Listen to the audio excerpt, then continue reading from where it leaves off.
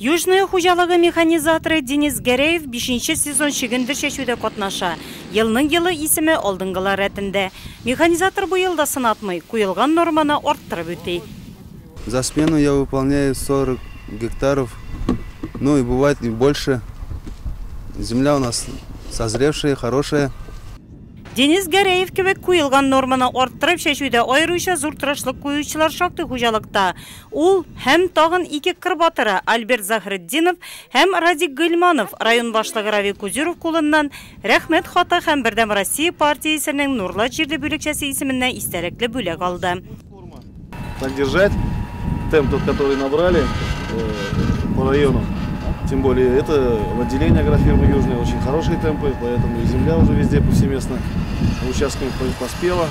Без перебоев, самое главное, без всяких аварийных ситуаций завершить кратчайшие сроки всему работу в этом году. Эшләгәндә инде 60 гектар норма инде премиялар алгач инде арттырырга эшләргә тырышып эшлибез инде. Бүгінгі күнге Южный хужалығында шешу эшләре 61% башкарылган. Шигендерне 2500 гектарда шешәргә планлаштырганнар. Бу эшкә 3 шешу агрегаты тартылган.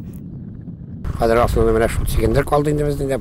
Ни кукуруз насилс, основной эшләр инде. Калган әзрәк менә барсак бар инде. Шуларны сесәбез, шулар калды инде.